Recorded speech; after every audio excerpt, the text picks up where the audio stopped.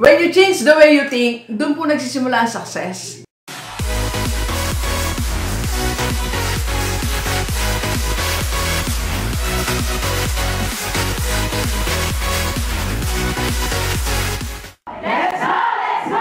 Positively G-Livers, this is Dr. Gigi Disunga from I Can Change Project. Magandang Sunday morning sa lahat ng mga G-Livers natin. And it's the first time po tayo mapanood sa YouTube channel. Thank you very much.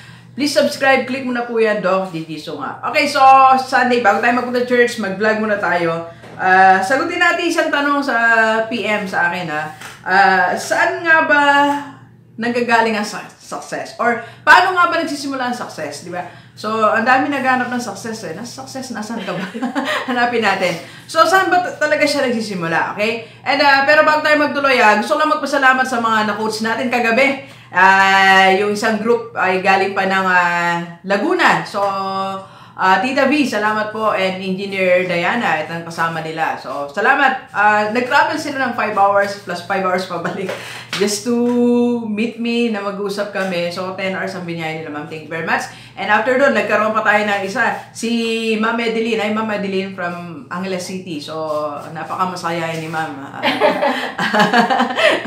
Masaya-masaya si Ma'am. Pagkita niya pala ako, parang sulit na, hindi pa ako nagsasalita. Anyway, thank you very much po sa inyo. Hinabot kami talaga. Nag-close na po yung Robinsons, no?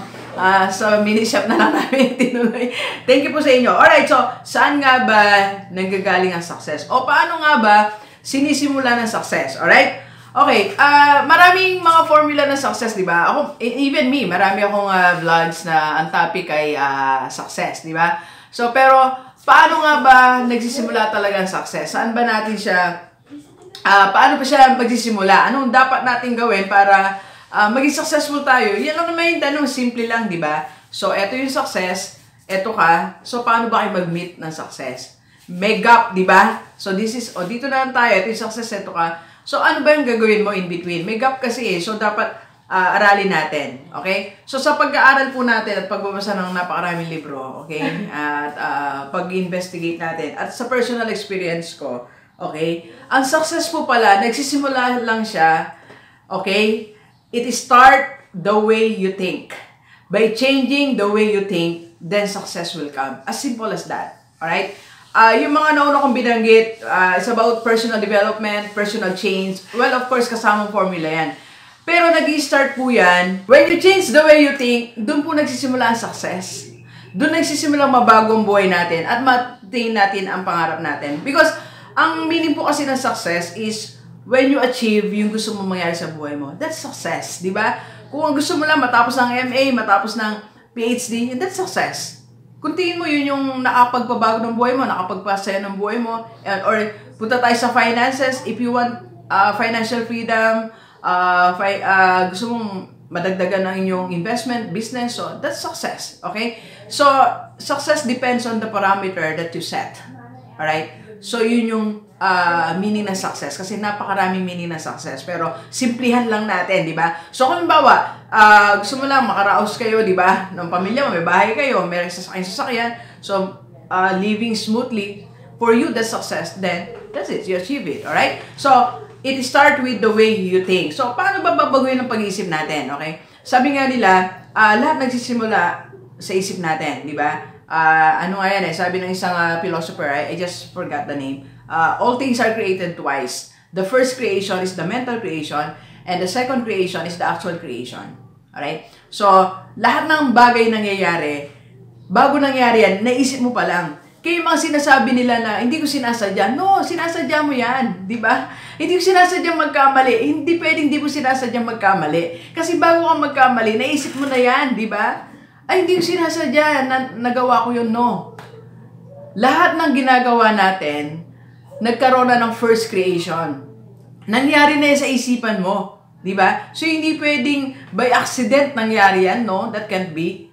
Di ba? Kaya ang mga estudyante na sinasabi nila sa akin, pag di pumasok, Dok, kasi ganito niyaya lang ako, no? So, hindi pwede yun. Hindi pwede bigla ka lang napunta sa mall. Hindi pwedeng bigla ka lang napunta sa pestahan, di ba? So, iniisip mo yan. Naisip mo na yan. Gabi pa lang na plano mo na yan ginagawa natin. Alright? So, start changing your mind. So, paano po ba ang steps natin? Okay. So, first, eto para ka maging successful, di ba, babaguhin natin yung isipan natin, how we think. So, eto ngayon yung isipin mo. Di ba, minsan pagka hindi, yung mga nasa ordinary buhay tayo, iniisip lang natin, yung bukas, gagawin natin.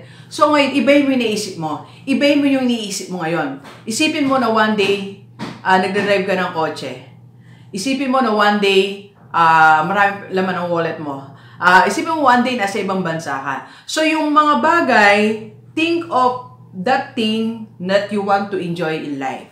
Okay, ulitin natin. Think of the things that you want to enjoy in your life. Okay? So, if you enjoy like watching movies, going to mall once a month, so, isipin mo, nagmo-mall ka. Iniisip mo na mamamasyal ka sa Palawan, sa ibang lugar. So, iniisip mo na namamasyal ka na dyan. Di ba? So, let me share one experience. I met one person. Nakita ko yung, na-share ko na to once. Ulitin ko lang for the sake of this topic. Nakita ko yung bag niya, ang dahil niyang pera. So, nandun lang pera niya, wala, tig-1,000. So, sabi ko, parang mag-enjoy din ako sa buhay pag yung wallet ko, marami siyang pera, tig-1,000. So, pinangarap ko siya. So, inisip ko talaga siya. Sabi ko, kailangan mangyari sa akin yon. Yung pera ko, yung bag ko, marami tig-1,000. Inisip ko talaga po yun eh. Because parang iba yung feeling. So inisip ko po siya. Kaya one time, nung binayaran ako ni YouTube, hindi ko talaga ginano pera ko, nasa wallet lang siya, tig-1,000. So you have to think of what make you feel like you're happy, you're enjoying it. And even when before I drive my car, so naisip ko na, parang ang sarap mag-visitation ako, nakakotse ako. Parang ang sarap pupunta ako sa mga kino-coach ko, sa mga binablog ko, nakakotse ako. So, start thinking of what you want to happen in your life. Diba? So, kung nag-work ka and you need to like finish your PhD, isipin mo na, bakit ang tawag sa akin, doctor, diba? Meron akong 3 letters sa dulo. So, yun yung simula ng pagbabago sa buhay mo. Kasi, pag inisip mo siya, it's like, you want to feel it and parang it's about to happen. So, kung naisip mo na, ay, siguro masarap din kung nagninegosyo ko, o kaya something like that. So, may isip mo ngayon na, I have to do something. Parang ganito, may isa pa po ako naisip na gusto ko siyang mangyari. It maybe sounds funny, pero gusto ko pong pipirma ako ng cheque. Yung pag ba may nagpunta sa akin, kailangan ko Doc ng tulong kasi yung anak ko pupunta sa hospital, gano'n. So, pipirma lang ako ng cheque. So, yung mga kapatid ko pa nangailangan tulong, magche-cheque lang ako. So, isa rin sa gagawin natin. So, yung cheque lang, pirma ka lang. So, that's something na, parang feel ko lang yon. Tapos, nandito ako sa office.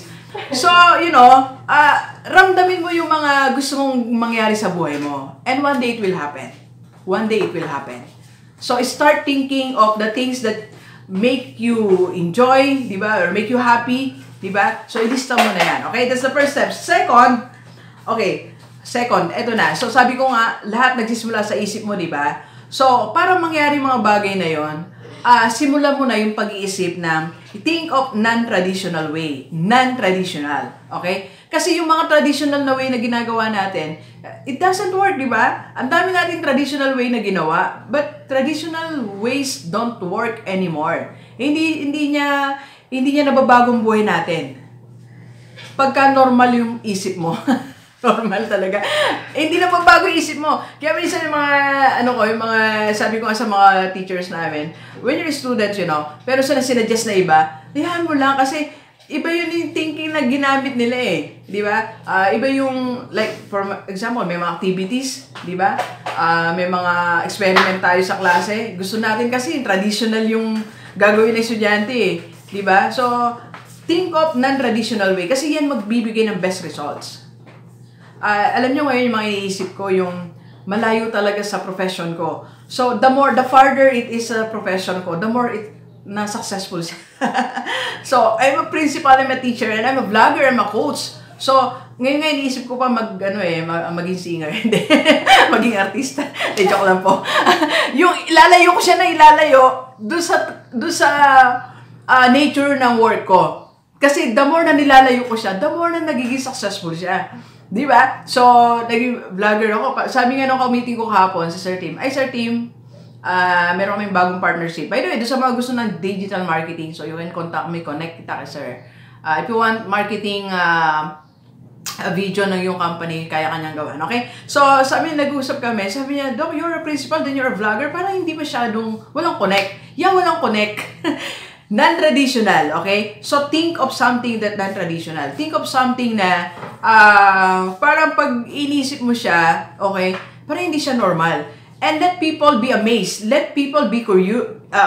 Ma-curious sila. Diba? Ma-curious sila na, talaga ginagawa mo yan? Diba? Ma-curious sila that you're doing that.